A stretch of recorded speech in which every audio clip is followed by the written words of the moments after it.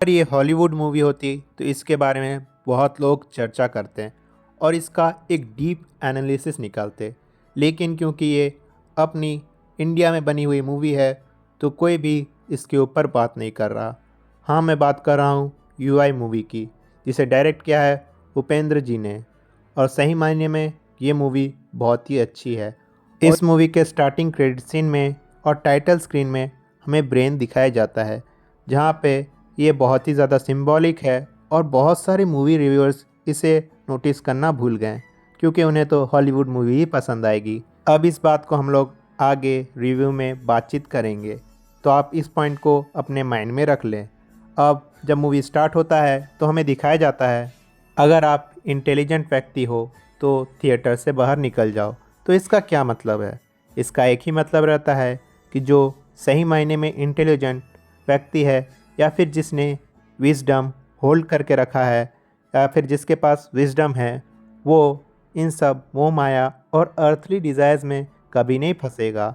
जैसे कि हम बात करें गौतम बुद्धा की, गौतम बुद्धा ने अपने जितने भी परिजन थे और उनके साथ जितना भी अर्थली डिज़ायर था सबको छोड़ करके विजडम के रास्ता पे चले थे, जहाँ पे उन्हें नॉलेज मिला था। और वो जानते हैं कि दुनिया में जो भी चीज़ है वो डिज़ायर से चलती है और डिज़ायर का कोई अंत नहीं है। ये चीज़ को और भी बहुत सारे सीन में हाईलाइट किया गया है थ्रू आउट दी मूवी।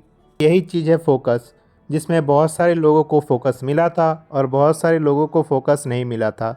हम मूवी के स्टार्टिंग में ही देख सकते हैं कि कुछ ऑडियंस में से कुछ लोग पहले ही मूवी से उठ करके निकल गए थे और वो कह रहे थे कि क्या आपने फोकस अचीव नहीं किया।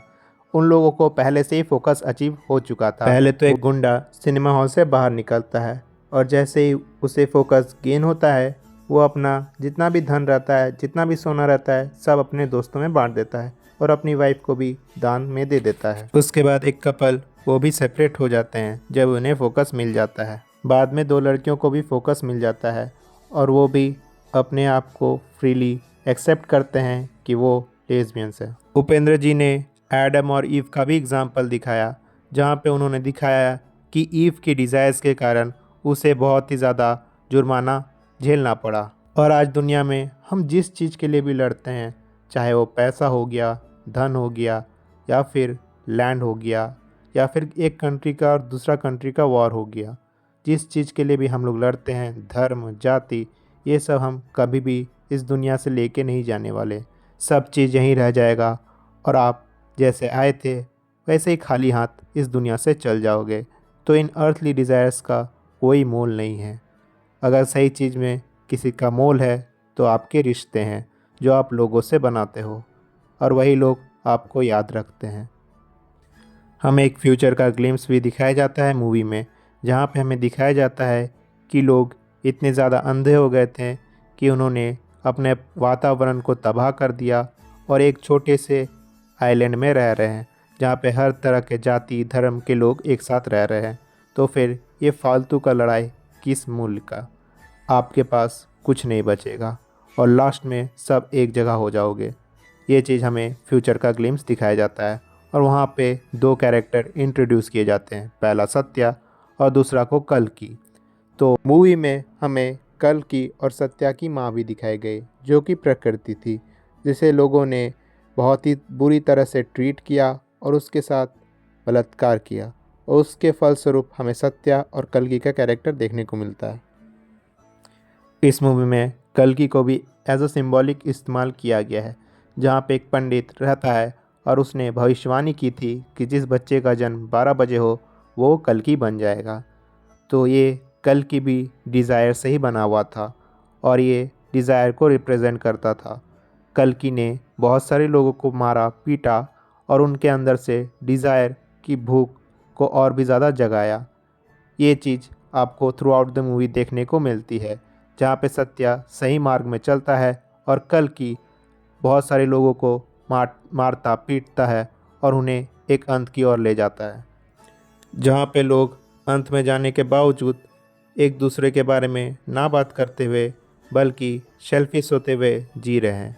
वो दूसरे दूसरे अर्थली डिज़ायर्स में फंसते जा रहे हैं, जैसे खेल, बिग बॉस और भी बहुत सारे जितने भी अर्थली डिज़ायर्स को रिप्रेजेंट करते हैं उन सारे चीज़ों में वो और भी ज़्यादा फंसते हुए दिखाए गए, क्योंकि इन सब चीज़ों का कोई भी अंत नहीं है। उपेंद्र जी ने फोर्थ वॉल ब्रेक किया है। वो सारी ऑडियंस को बताना चाह रहे हैं कि जो भी आप करते हो, जो भी आप अभी कर रहे हो, अर्थली डिज़ायर्स को देख करके उसका कोई मोल नहीं है। और ये मूवी सही में एक मास्टरपीस है। थ्रू आउट द मूवी आपको ऐसा महसूस नहीं होगा कि ये बोरिंग और बहुत फालतू मूवी है। अगर आप सही में इंटेलिजेंट हो तो आप इसके रेफरेंस को पकड़ लोगे और इसको आप ज़रूर से ज़रूर देखने जाओगे, क्योंकि ये मूवी आपके अंदर के ट्रू विजडम को जगाती है, जहाँ पे हमें सत्या का अंत भी दिखाया जाता है। जिस तरह से जीसस क्राइस्ट का अंत हुआ था, सिमिलरली सत्या का भी एंड हुआ। और ये मूवी सही में एक एपिक जस्टिस करती है, क्योंकि आपको मूवी का एंड नहीं दिखाया जाता। ये ऑडियंस पे निर्भर रहती है कि क्या वो इन सब चीज़ों में फिर से फंसना चाहेंगे, क्योंकि अर्थली डिज़ायर्स का कोई अंत नहीं है। हम लोग एक्सपेक्ट करते हैं कि मूवी के एंड में कुछ बहुत ही अच्छा हो और ये मूवी ख़त्म हो जाए, बाद में फिर उसी लूप में बार बार फंसते रहते हैं।